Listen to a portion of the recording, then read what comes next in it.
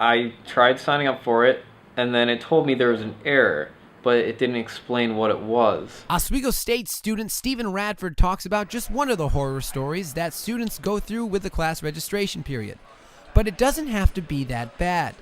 With the registration period just 1 week away, upperclassmen and advisors have some tips for a horror-free registration. Senior Mark Levine says tip 1, see your advisor. You're paying for these people to help you to get your education, you're paying for your classes. You want to make sure you're taking the right classes and you're not wasting your money on something that you thought you needed but you end up not needing. Assistant Professor Michael Rickey gives tip 2, don't wait to see your advisor.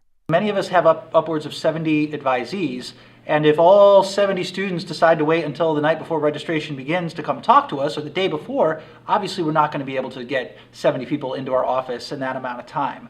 And when it comes to when you should start planning for registration, many people around campus shared the same exact answer. 2 weeks in advance. At least 2 weeks. I would say at least 2 weeks out.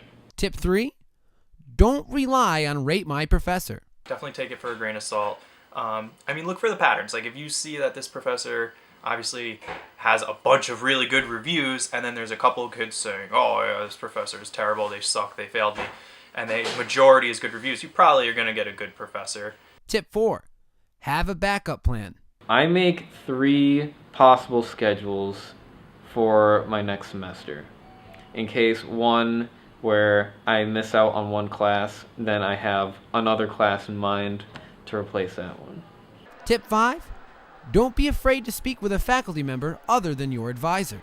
If you know a professor or a faculty member and you have a relationship with someone who isn't your advisor, don't be afraid to ask other people questions too. I know I get that a lot. Students will pop their head in and say, hey, I have a really quick question. Professor so-and-so is at a conference this week.